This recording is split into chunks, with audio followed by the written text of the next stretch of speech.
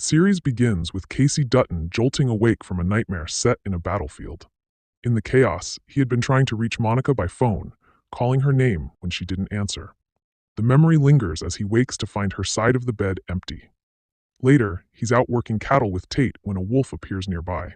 Casey raises his rifle but ultimately lets it go, watching as it disappears into the distance. Tate points out that Casey is running late again, but Casey insists the corral needs attention. Tate brushes it off, saying he has plans to stay over with a friend after a reservation meeting tied to an upcoming protest. Casey questions him, reminding him that the ranch is their responsibility, but Tate leaves anyway. Casey catches up briefly to hand him food before Pete Calvin arrives carrying explosives. When Casey asks about them, Calvin casually explains he got them off someone else and presses him about his intentions. Casey deflects and instead puts him to work. As they set charges to clear trees, Calvin reflects on their past, questioning why Casey chose this life. Casey explains that ranching is part of who he is, something that defines him beyond his military past. Calvin admits the Marshals gave him purpose and suggests Casey could return to that world. Casey declines, saying he's had enough of constant violence. Still, Calvin asks for help locating fugitives hiding near Casey's old territory. Casey agrees, knowing the land well. Elsewhere, tensions build on the reservation as Thomas Rainwater and his council discuss a government-backed mining project. Concerns about environmental damage and long-term harm dominate the conversation, with frustration directed at decisions made without regard for their people. Casey joins Calvin's team, meeting the rest of the group as they prepare to track the fugitives on horseback. Some are uneasy with the terrain, but Casey takes charge, warning them of the risks. They ride into dangerous territory and soon locate the suspects. A firefight breaks out, forcing one fugitive to flee on horseback. Casey pursues despite incoming fire, and with help from Bell, they bring the man down using a rope trap. That night, the team gathers at a bar. Conversations reveal pieces of their pasts, though Casey remains distant. Plans shift quickly as attention turns to a rally connected to the mining issue, which could escalate. Casey offers to assist, believing his presence might help. At the rally, emotions run high. Casey spots Tate among the crowd and confronts him, but their argument is cut short when an explosion erupts nearby, injuring Thomas. Chaos spreads instantly. Casey moves into action, determined to find those responsible. The investigation begins with little to go on, but evidence points to a locally made bomb. Leads emerge, identifying a man named Jim, who is later found injured in the hospital. While securing him, Casey becomes suspicious of a doctor and follows him, leading to a violent confrontation that ends with Casey killing the man in self-defense. Further examination reveals Jim was being used, his family held hostage to force his cooperation. Using information from his phone, Casey and the team uncover a larger plot involving a group targeting Thomas. The trail leads them to a remote location where they engage armed suspects and rescue Jim's wife, though his daughter is taken elsewhere. The pursuit continues to a final confrontation where Casey intervenes just in time, eliminating the threat and saving the hostage. With the immediate danger over, the team regroups, piecing together the motive behind the attack and the people involved. In quieter moments afterward, Casey reflects on the cost of violence and the weight it carries. Conversations with Thomas and others frame him as someone caught between destruction and protection. Back home, he reconciles with Tate, encouraging him to choose his own future rather than feel tied to the ranch. Casey visits Monica's grave. As he speaks to her, the wolf reappears. This time, he doesn't hesitate, raising his rifle and pulling the trigger. Next, Casey and Tate spends time together on the ranch, riding out to the river where they fish and later cook what they catch. The quiet routine feels meaningful, especially with the knowledge that it won't last. Casey is about to begin his new role as a marshal, and both of them understand that this moment marks a shift. Soon after, Casey joins Calvin at the base, stepping into an environment that feels far more structured and active than before. The team is already in motion. Andrea trains, Belle organizes shared spaces, and the rest of the unit moves with purpose. As Casey takes it all in, it's clear this is no small operation, but a coordinated force handling serious threats. Not everyone is convinced he belongs there.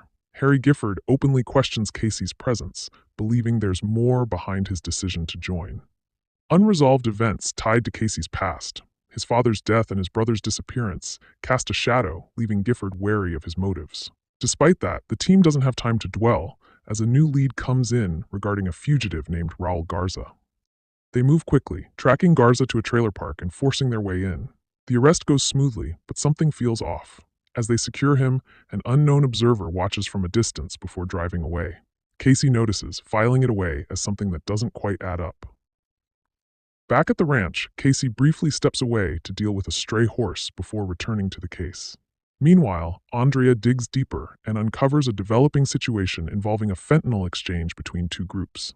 Intelligence suggests something larger is in motion, and with federal agencies slow to act, the team prepares to intervene. Their plan takes them to a remote area known as the Zone of Death, a place with little legal oversight and high risk. Casey knows the terrain well, but keeps that to himself. The mission is to track the groups, place devices on their vehicles, and allow authorities to act later. It's meant to be controlled, but the setting makes it unpredictable. As the deal unfolds, the team moves into position. Bell successfully plants trackers, while others keep watch. Tension builds when Miles is stalled by a rattlesnake, unable to move without exposing himself. At the same time, it becomes clear the situation is more dangerous than expected. The exchange includes not just drugs, but a bomb intended for a future attack. Everything escalates quickly. Casey steps in, breaking from the plan to protect Miles and disrupt the deal. Gunfire erupts, scattering both groups. In the chaos, one vehicle carrying the bomb manages to escape. Casey pursues on horseback, eventually stopping it and killing the driver. He disposes of the body in the valley below, choosing not to report what he's done. When the team regroups, the operation is considered a success. The drugs never reach their destination, and the planned attack is prevented. Still, details don't fully align. The official count of suspects leaves one missing, but Casey keeps silent, holding that piece of the truth to himself. Andrea grows increasingly suspicious, pointing out Casey's actions and questioning his behavior. Gifford listens, adding to the tension surrounding Casey's place on the team. Calvin later speaks with him, but their conversation reflects uncertainty rather than resolution. Returning home, Casey checks on Tate, who shares that he visited his grandfather and learned about an upcoming ceremony to honor Monica. Tate wants to take part and bring something meaningful that belonged to her. Casey agrees to find it, though he already has it with him, quietly holding on to it as he continues to carry the weight of everything he hasn't said. Next, we see a glimpse into Isabel Turek's past, showing her at a casino table, confidently gambling as the owner allows her to continue on credit.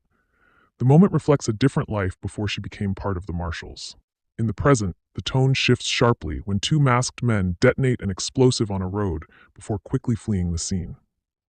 At the ranch, Casey surveys fresh damage after a stallion crashes through a fence. Thomas Rainwater and Mo arrive, now recovered from the earlier bombing. Their discussion reveals deep frustration with the government's actions, and it becomes clear that the reservation is preparing to push back. Tension is building, and neither side appears willing to back down. Back at the Marshals' base, the team waits for their next assignment, passing time carelessly. Casey is pulled into leading close-quarters combat training, reluctantly stepping into a teaching role. Though hesitant, his experience quickly takes over, and it's evident the skills may soon be needed.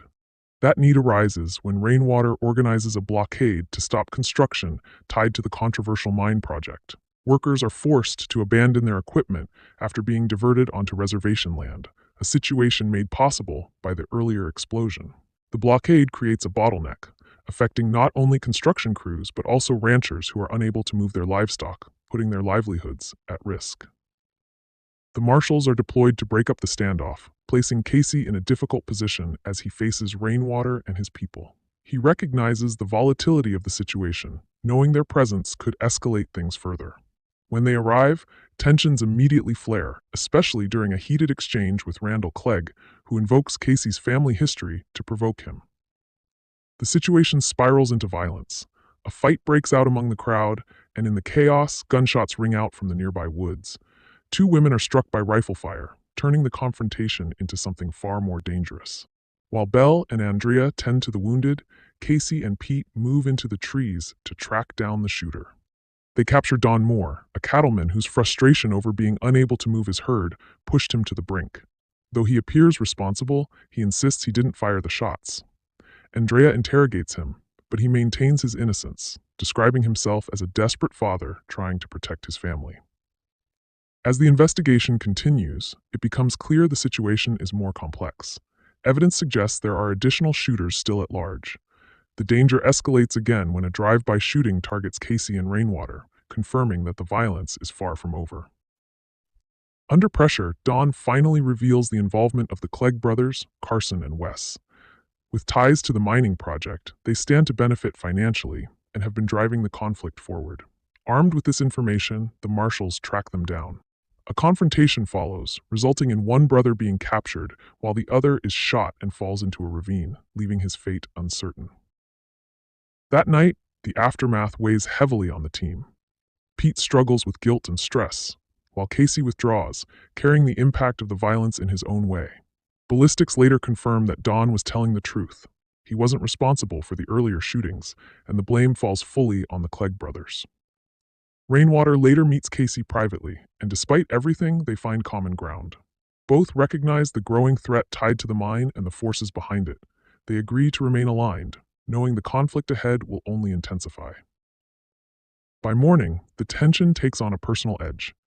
Casey discovers a single bullet left on his porch, a silent but unmistakable warning that the fight has now come directly to his doorstep. Next, Calvin arrives at Casey's place after the warning left on his porch. He installs cameras, urging Casey not to dismiss the threat. Calvin suspects the Clegg family may be behind it, seeking revenge, though nothing is confirmed. He later asks around at the local bar, where people make it clear that the Cleggs are dangerous and not to be taken lightly, reinforcing the seriousness of the situation. Trouble escalates when the Department of Justice receives a formal complaint from Randall Clegg.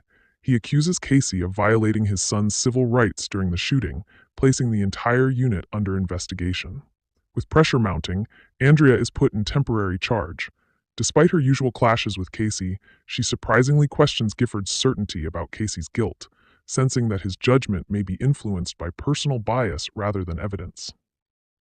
While the investigation looms, Casey and Calvin are called into the field after receiving a distress signal from a helicopter carrying Tom Weaver and his pilot. As they head toward the crash site, they encounter a man living off the grid who pulls a gun on them. The situation is quickly diffused, and they send him towards safety before continuing on. Reaching the crash, they find the survivors injured but alive. As they begin rescue efforts, a bear appears, forcing Casey to fire his weapon to drive it off. They manage to stabilize the situation and prepare to evacuate the victims, working against time and the worsening conditions. Back at the base, Andrea digs into the legal case. She reveals that the complaint was filed by a local attorney known for pursuing civil claims. The key to defending Casey lies in proving that Carson Clegg was armed when he was killed. However, retrieving the weapon is nearly impossible due to where his body fell. Meanwhile, Belle and Andrea confront the attorney, only to find Randall Clegg already preparing to use the media to shape public perception against Casey. The concern grows that Casey's past could be used against him. His military background and previous actions, including rescuing his son through force, could be twisted into a narrative of recklessness. Even unrelated connections are being examined, suggesting motives that may not exist but could still damage his case if made public. Out in the wilderness, Casey and Calvin attempt to extract the injured survivors using horses and a winch. Their efforts are interrupted when the same man they encountered earlier returns and opens fire, injuring Weaver and creating further chaos. Despite this, they manage to complete the rescue. As the team continues investigating, new theories surface linking Casey to the Cleggs through indirect relationships, adding another layer of suspicion. However, everything changes when trail camera footage is recovered. The video clearly shows Carson Clegg holding a weapon during the confrontation, confirming that Casey acted in self-defense. With this evidence, the case against Casey collapses, and the threat of legal action fades. After the rescue, Casey visits Weaver in the hospital, where Weaver offers support in return, proposing to help manage the ranch while Casey focuses on his work with the Marshals. Later, back at the bar, new details emerge about the man from the wilderness, identified as Rudy Carpenter, a fugitive bomber who has been evading capture for years. At the same time, quieter personal moments unfold. Connections between the team and the town become clearer, and Casey finds himself at a crossroads, uncertain about opening himself up to something new while still carrying the weight of everything behind him. Trouble spreads on the ranch as Tate gets too close to a wild stallion. Casey steps in quickly, pulling him away and warning him about the danger. The horse once belonged to Monica, and Tate believes its presence is a sign connected to her, especially with the Remembrance Day approaching. For him, it feels like a way of holding on, but for Casey, it's another reminder of how fragile things have become. Later, at a truck stop, Tate runs into Haley, an old friend from the reservation. She appears shaken and fearful, clearly not herself. The brief encounter leaves a lasting impression, especially on Casey when he learns about it. Elsewhere, Calvin spends time at the bar speaking with his daughter, Maddie. The interaction is distant and strained, with Maddie making it clear that their relationship hasn't healed. Calvin struggles with the gap between them, and even back at the office, it lingers over him despite Belle's attempts to reassure him. Attention soon shifts to Haley. Casey raises concerns with the team, and what initially seems like a simple missing person case begins to look more serious. There are signs pointing toward trafficking, but the team is tied up with another assignment, protecting Sammy LaChance, a key witness in a major fraud case. With limited resources, they split up, balancing both responsibilities. LaChance proves difficult to deal with, flaunting his situation despite needing protection. His testimony is critical, and the Marshals must keep him safe until he can be transferred. Meanwhile, Casey and Miles begin looking into Haley's situation, visiting her mother, Ellie. She is desperate for help, frustrated by the lack of response from local authorities. The case becomes more personal as connections emerge to a previous missing girl, Ava, whose disappearance followed a similar pattern. Her mother, Sarah, had ties to Monica, deepening Casey's involvement. Rainwater also takes notice, though he warns against giving families false hope without solid leads. Back at the base, Andrea uncovers a key clue. Both missing girls had contact with a social media account operating under the name Green Eyes 44. The profile appears to be a trap, luring girls away from the reservation. Though the account is hidden behind a VPN, a name surfaces: Noah. A new post from the account reveals a location Casey recognizes. He and Miles head there immediately, leaving behind official protocol and acting on instinct. When they find Noah, they force him to talk and uncover more about the operation before handing him over to authorities on the reservation. The investigation leads to a larger figure, Kurt Bledsoe, a man with a history tied to exploitation. Tracking him proves difficult, but momentum builds as the team pieces together fragments of information. Tension rises between Casey and Calvin as their approaches differ, one focused on rules, the other on results. Their search brings them back to a truck stop where Casey encounters Haley again. This time she reveals more. Kurt is behind everything, and Ava's death was meant as a warning. Haley refuses to escape alone, afraid of what will happen to the others if she does. She hints at another location, describing it vaguely as a place with the trees. Andrea connects the clue to a truck stop chain, identifying a likely location along the highway. Surveillance footage points to a camper that could be transporting the girls. The team moves quickly, tracking it down and preparing to intervene. As they close in, Miles acts on impulse, setting a trap to stop the vehicle. The plan works in halting the camper, but when they open it, they find it empty. The girls are gone, and the trail suddenly goes cold, leaving the team facing a far more urgent and dangerous situation than before. Next, we see a flashback to the day Monica died. Her body lies covered as Casey and Tate sit beside her, the moment quiet but heavy with loss. In the present, Casey tries to channel his emotions through target practice until Tate arrives, reminding him that they still haven't found Haley. The weight of that failure hangs between them. At the office, frustration is building. Andrea vents her anger physically, while the rest of the team struggles with the lack of progress. Though Bledsoe and his operation are gone, there are no new leads. Miles is also under pressure, having delayed informing Ava's family about her death. Calvin insists it's time, even if it's difficult. A possible lead emerges when Belle discovers that Bledsoe stopped at a mechanic shop shortly before the camper was found. It raises the possibility that the girls were transferred there. The team splits up. Casey begins identifying the missing girls, Calvin and Miles prepare to notify Ava's mother, and Andrea and Belle investigate the mechanic. The notification proves emotional. Ava's mother, Sarah, refuses to believe the news at first, clinging to hope. Rainwater and Mo are present, offering support as Miles struggles to deliver the truth. The moment underscores the human cost of the case and deepens the urgency to find the remaining girls. Meanwhile, Casey uncovers a larger pattern.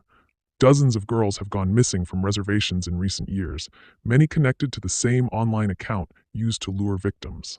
The scale of the operation shocks him, turning the case into something far bigger than they imagined. Surveillance footage from the mechanic's shop reveals a key clue.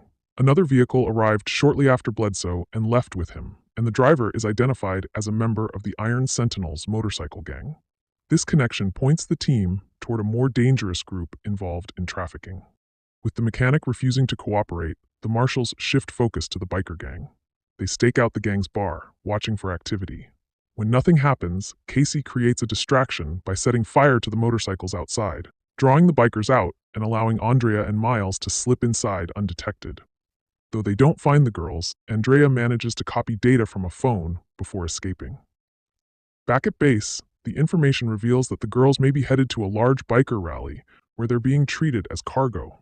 A key figure, Brimstone, is identified as the one moving them. The team realizes time is running out. If the girls are transported further, they could disappear for good. With limited support and no backup, they decide to infiltrate the rally. Belle takes the lead, using her past undercover experience to get close. Equipped with a cover story and evidence to gain trust, she enters the rally alone while the rest of the team monitors from a distance. Inside, Belle reconnects with an old contact and confirms the girls are present. She pushes further, gaining access to Brimstone and learning that the girls are about to be moved again. As the situation tightens, her cover is nearly blown and violence becomes unavoidable. Casey intervenes when things spiral, stepping into the rally to support her. A confrontation erupts, drawing attention from the entire gathering. Under pressure, Belle forces information out of one of the gang members, revealing that the girls are being held in a nearby truck. The rest of the team moves in, pushing through the crowd despite being heavily outnumbered. Gunfire breaks out as they close in on the truck. Brimstone attempts to escape but is killed, clearing the way for the marshals to reach the vehicle. Inside, they find the girls hidden in barrels, alive but terrified. Haley is among them, and her earlier clues prove vital in leading the team to this moment. The rescue is successful, bringing an end to the immediate crisis. Back at the office, confirmation comes that all the girls have been reunited with their families. It's a rare victory, one that carries meaning for everyone involved. Andrea marks the recovered girls as found, though many names still remain on the board, a reminder that the problem isn't over. Casey returns home and shares the news with Tate. Together, they watch Monica's horse, and Tate believes that finding the girls was a way of honoring her memory. Later, they attend the remembrance ceremony on the reservation. Surrounded by family and community, they reflect on loss and healing. Miles apologizes to Sarah, who tells him that knowing the truth allows her to grieve. As the ceremony begins, families stand to honor those they've lost. Casey joins Tate, finally giving him Monica's necklace, admitting he had been holding onto it all along. As the gathering continues, Casey stands quietly, looking at Monica's photo, carrying both the pain of losing her and the small sense of peace that comes from what they have managed to save. Casey spends time at the ranch with Dolly Weaver after she arrives, wanting to learn more about ranch life. The two ride through the wilderness together, and Casey is surprised by how skilled she is on horseback. Later, Tom arrives to thank Casey for saving him during the helicopter crash. During dinner, however, Tom reveals another reason for visiting. He offers to buy East Camp for his expanding business operation. The proposal catches Casey completely off guard, and he abruptly ends the evening. Casey becomes convinced Dolly knew about the offer beforehand and believes she was sent to make him more open to the deal. Dolly insists she had no idea Tom planned to ask that. As the night ends, she leans in to kiss him, but Casey pulls away, leaving things tense between them. Elsewhere, Calvin continues dealing with pain and tingling in his shoulder and neck, an issue that has bothered him since his Navy deployments. While heading to his car, he spots Jared with another woman. Calvin knows Belle would be devastated if she learned the truth. At the same time, a federal judge named Pauline Ayers and her husband Blake survive a car bombing. The Marshals immediately take over the investigation and place the family under protection while searching for the attacker. Calvin and Andrea go after Clint Gallo, a convict with a grudge against Pauline, but while he is being detained, gunmen attack the judge's home. Belle reacts quickly and protects Pauline's daughter Fallon from being hit during the shooting. Since the house is no longer safe, the Marshals relocate the family to Casey's ranch. As they investigate further, Blake becomes a suspect himself after fake passports and evidence of shell corporations tied to Equatorial Guinea are uncovered. Surveillance footage also shows Blake being abducted at gunpoint. Andrea and Casey track down the kidnappers and rescue Blake.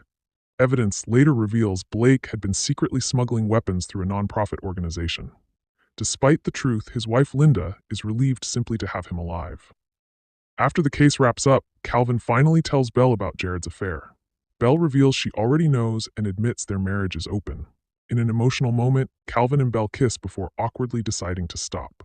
Meanwhile, back at the ranch, Casey and Dolly head out for another ride together. Meanwhile, tension remains high between Calvin and Belle after their kiss. Calvin insists they should keep things professional, but Belle is frustrated that he hid important details about seeing Jared with another woman outside a doctor's office. Calvin still refuses to talk about the worsening pain in his neck and shoulder. Meanwhile, Casey and Calvin reunite with Garrett, a former Navy SEAL teammate they have not seen in years. Garrett immediately brings old wounds back to the surface, especially surrounding the death of their friend Roner during deployment in Afghanistan. Garrett still blames Calvin for what happened and also hints that Calvin played a role in ending his military career. Although Casey welcomes Garrett warmly, the tension between the men is obvious. At work, the Marshals receive an anonymous tip about notorious bank robber Reed Pollard planning a robbery near a rodeo. Calvin, Casey, and Andrea lead a raid on the location, but the operation turns into an ambush. Several armed men attack the Marshals, leading to a violent shootout. The team kills most of the gunmen, but one escapes. Later, they discover the dead attackers have no criminal records or connection to Pollard, and Pollard himself is actually locked up in New Mexico. The team realizes someone intentionally lured them into the trap. As the investigation continues, Calvin visits a doctor and learns his medical condition may be serious, though the exact diagnosis is not revealed. At the same time, Andrea heads alone to deliver ballistic evidence but is suddenly hit by another vehicle and kidnapped. Belle later uncovers evidence proving the entire operation was orchestrated by Randall Clegg, whose family was destroyed after previous clashes with the Marshals. Seeking revenge, Clegg targets the entire team. Andrea is taken to a remote property and held captive while the Marshals rush to rescue her. Casey, Calvin, Belle, Miles, and Cruz track Andrea to Clegg's land without waiting for backup. Once they arrive, they walk straight into another ambush. Gunfire erupts from every direction, pinning the team down, while Andrea remains tied up inside the house. Calvin quickly realizes the team is outgunned against a heavily armed force and pushes for a tactical retreat to regroup instead of forcing a suicidal assault. With Andrea still inside the compound, the team pulls back to a nearby barn and sets up surveillance, where Casey uses a sniper to map enemy positions, confirming multiple armed men and defensive coverage across the perimeter. Tension builds inside the team as Calvin focuses on strategy while ignoring his worsening injuries, and Belle stresses the need for reinforcements. Casey becomes emotionally convinced the situation is part of a Dutton curse, blaming himself for Andrea's capture. But Calvin rejects the idea and tries to keep him grounded. Word arrives that an HRT TAC unit is en route from Salt Lake City, though they are still far away, forcing the team into a temporary stalemate. Inside the farm, Andrea attempts to manipulate her captors, but is struck by a pregnant woman who accuses her of deception. Meanwhile, Randall Clegg escalates the situation by live-streaming his manifesto, blaming Casey for his losses and the death of his son, drawing a massive online audience as the broadcast spreads rapidly. He refuses to negotiate, increasing pressure on the Marshals as time runs out. Belle uncovers a potential vulnerability: Randall's estranged daughter Stacy, who may hold key intelligence. At the same time, Calvin clashes with Casey over tactics and Garrett's involvement, with old battlefield tensions resurfacing. Despite internal friction, Garrett and Casey conduct recon and identify a weak point at the back of the property. Andrea ultimately escapes on her own after overpowering a guard, using a phone to stay connected with emergency services while moving through the house and feeding information to the team. Coordinating with Belle's intel from Stacy, the Marshals launch a diversionary blast at the rear of the compound and breach the property. A coordinated assault follows, allowing them to regain control and secure Andrea. Randall is taken into custody but remains defiant, claiming his actions are building a legacy. After the operation, Garrett and Calvin reconcile their past grievances, and Casey receives rare approval from Gifford. Calvin still hides his medical issues. In the aftermath, Andrea and Casey share a quiet moment under the stars, where she expresses trust in him and the team. Somewhere else, a prison transport bus crashes due to a rock slide, allowing 3 high-risk inmates to escape. News of the breakout immediately draws Casey's attention when one name stands out: Neil Lamb, a former Yellowstone ranch hand tied to Casey's past. Casey tracks him down alone in the forest at night, where Neil reveals he has knowledge of Yellowstone's secrets and suggests a deal in exchange for safe passage across the border. Casey considers the offer but keeps his weapon ready, unwilling to risk what Neil might expose. Before he can act, Calvin arrives and stops him, preventing a fatal decision. Meanwhile, Garrett's presence continues to disrupt the team dynamic. After tensions from the previous events, Andrea spends the night at Casey's ranch, and Garrett grows closer to her, sharing a quiet morning moment that surprises others. Soon after, Garrett's situation turns critical when he becomes trapped in a barn fire. He is rescued but suffers severe burns and possible lung damage, leaving his condition uncertain and forcing the team to confront the emotional weight of his return. In the hospital, Garrett shares a brief, emotional moment with Calvin, apologizing for something unresolved between them, deepening the mystery of their past conflict. Belle's storyline takes a major turn when it is revealed that one of the escaped prisoners, Samantha, is her mother. Their history is tied to a mining disaster that led to multiple deaths and her father's suicide, with Belle blaming Samantha for the tragedy. Calvin and Casey escort Neil Lamb through a mountain blizzard. Communication with Belle and Andrea fails as their phones lose signal, leaving the trio isolated in worsening weather. Calvin misreads the terrain and leads them off course, forcing them to abandon their route and take shelter in a nearby cabin on the other side of the ridge. The cabin proves barely usable, with a damaged roof and freezing conditions inside. The group works together to stabilize it, building a fire and attempting to survive the storm. In a risky move, they even uncuff Neil Lamb to assist. When Calvin goes outside for firewood, he accidentally falls through thin ice into a frozen lake, leaving him severely hypothermic upon return. Neil sacrifices his clothing to help warm him, keeping Calvin alive through the night. Neil attempts to escape but quickly confronted. As Calvin struggles to recover from hypothermia, Casey assists him through the pursuit. Their confrontation with Benson escalates when he arrives armed, but Belle and Andrea intervene and kill him before he can act. After the chaos, Neil Lamb is later found frozen beneath the ice, confirming his death. Garrett officially declared dead, deepening the emotional toll on Calvin, Casey, and the rest of the team. Meanwhile, after nearly agreeing to sell East Camp, Case changes his mind. Inspired by Garrett's memory, he decides to keep the land and plans to turn it into an equine therapy center for veterans. Weaver and Dolly are disappointed but pretend to respect his decision, though Dolly continues growing closer to Casey. Meanwhile, the Marshals receive a lead on Rudy Carpenter, the criminal who previously robbed Casey and Calvin earlier in the season. Before they can act, Gifford announces Andrea has accepted a transfer to Washington, D.C. and is leaving immediately. The news hits the team hard, especially Cal and Belle, who both struggle to hide their disappointment. At the same time, Rainwater prepares for a Senate hearing to stop the controversial mine project threatening Broken Rock. Miles remains suspended, but Mo convinces him to accompany Rainwater anyway. On the road, mercenaries suddenly ambush Rainwater's vehicle in an assassination attempt. The group escapes and heads to East Camp for safety, where Casey quickly realizes they are being hunted.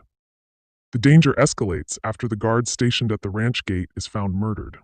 Armed attackers close in on the property, while Casey races back to the house on horseback. Rainwater, Mo, and Tate arm themselves and prepare for a siege as gunmen surround the ranch. A massive firefight erupts, with Casey fighting from outside while Mo defends the house. The Marshals eventually arrive with Miles and help eliminate the attackers. But one gunman reaches the upper floor before Tate kills him with a shotgun while hiding in a closet. Back at headquarters, the team investigates the attack and discovers the mercenaries were hired professionals. Evidence initially points toward Councilman Irons, who supported the mining operation, but Andrea later uncovers proof that Irons was murdered and framed. Suspicion shifts toward Weaver's ranch operation after a ranch hand connected to him is found dead. Cal and Belle track the lead to a remote property and are preparing to move in when Weaver's foreman Jeb suddenly appears nearby. As he drives away, two armed men emerge and open fire directly at Cal and Belle, ending the season on a major cliffhanger. At the same time, Tate boards Weaver's private plane for a fishing trip while Casey rides horses with Dolly, completely unaware that his son and teammates may be walking into a deadly trap.